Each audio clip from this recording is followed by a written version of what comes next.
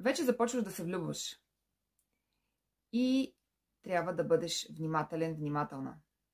Защото в онлайн пространството има всякакви видове измами. Днес ще се спрем на тези, които се представят за свободни, а всъщност вече имат брак. Как да разбереш дали не те използват? Единствено като глътка свеж въздух и разнообразие в настоящите си отношения. Казвам се Илияна и съм собственик на агенция за запознанства на семейно ориентирани хора в София Diamond Love.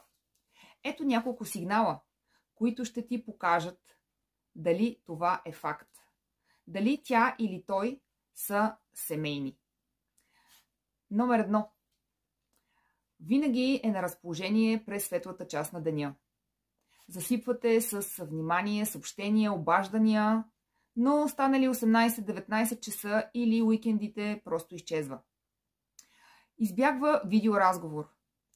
Винаги с подходящото обяснение и оправдание, разбира се.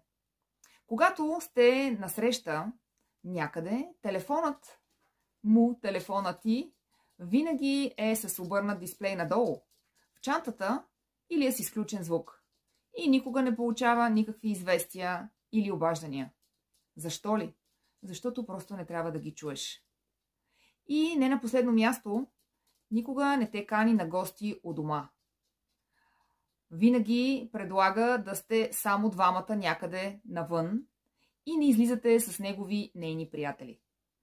Ако все пак на определен етап от вашите отношения е била честна и е споделила, че имат брак, със сигурност обясненията са, че е много нещастен, нещастна, че не получава разбиране, че от другата страна има безразличие и какво ли още не, за да представи себе си като жертва. Всъщност ще ти споделя една тайна. Едва 2-3% в подобни връзки тя или той ще напусне настоящото си семейство.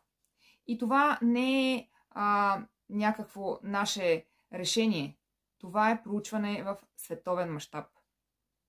Ти прецени дали заслужаваш трохите, дали заслужаваш полуотношения, полувнимание, полуобич, полувреме заедно. И ако все пак решиш, че не заслужаваш това, Diamond Love е тук за теб, за да открием човекът, с който да изградиш стойностна връзка, в която сте само ти и той.